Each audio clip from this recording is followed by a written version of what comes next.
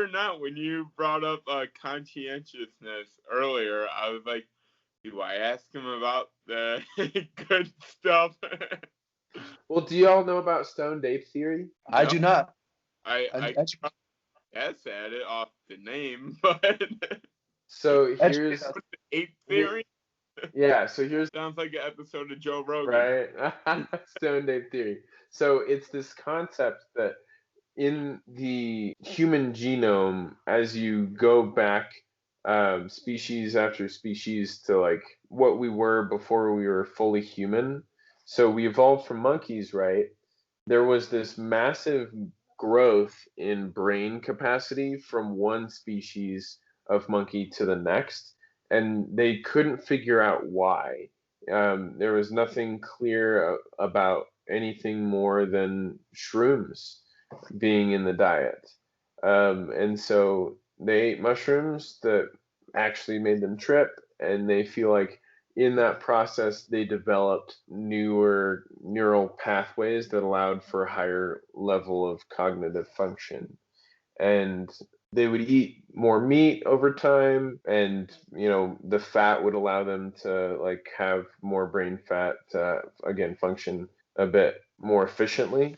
Yeah, Right. stoned ape theory. Believe it or not, that's where they think language came from. This capacity for us to make words and labels and then kind of share them and create a whole new world. That's what stoned ape theory is supposedly based off of.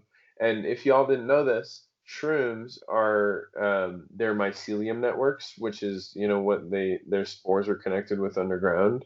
Those are the largest organisms on Earth. And so aspen trees, I don't know if you know this. For humans. What was that? Nothing. I should have had my Alex Jones hat on. Oh, okay. Oh, Alex Jones, nice. Uh, Oh, back in our first couple weeks of running this show, I had a good old tinfoil hat. nice, nice. That's the way to do it, man. Yeah, any theories I have, which are usually conspiracy theories, throw on a hat. Yeah, right? Case mushrooms are giving you experiences of the last humans.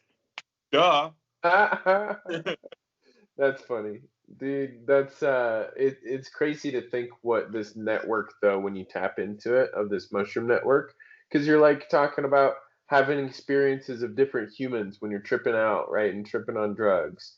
And there's like a lot of people like myself included who have done mushrooms psychoactively and had like a Jesus or a God experience, or a Christ thing where I was like chanting to myself om and just like meditating and just like tripping hard and just like seeing with my third eye, my mind's eye, just like this glowing energy source that felt like the birth of all things good, like this primordial essence and power that all things came from. And that to me felt like God and Christ's spirit and this consciousness that we all tap into. But that's just my lived experience. that Everyone out was there, like a month ago.